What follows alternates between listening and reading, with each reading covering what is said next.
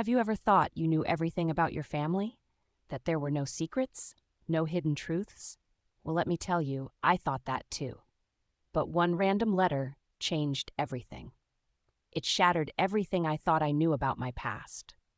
This is the story of how I discovered a family I never knew existed, and how they had been hidden from me for decades. Growing up, my family was everything to me. My dad, who was always there, and my mom, the woman I looked up to for everything.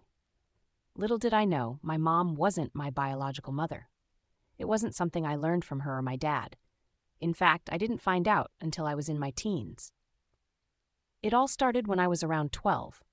My cousin, who was a few years older, casually mentioned, "You know your mom's not your real mom, right?"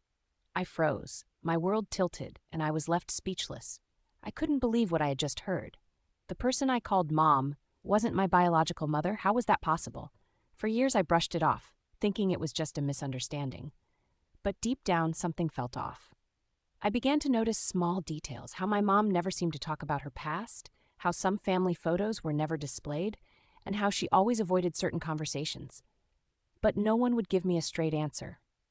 Not my dad, not my mom, and certainly not my grandparents. It wasn't until my grandmother passed away that the truth finally started to come to light.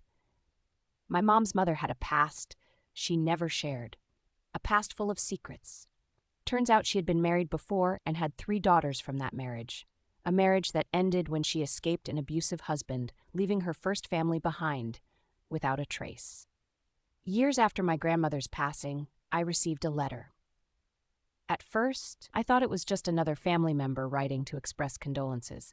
But as I opened it, my hands shook. It was from one of those long-lost daughters. She claimed to be my half-sister. And that wasn't the most shocking part. She said, "Your mom isn't who you think she is. I've been looking for you all these years."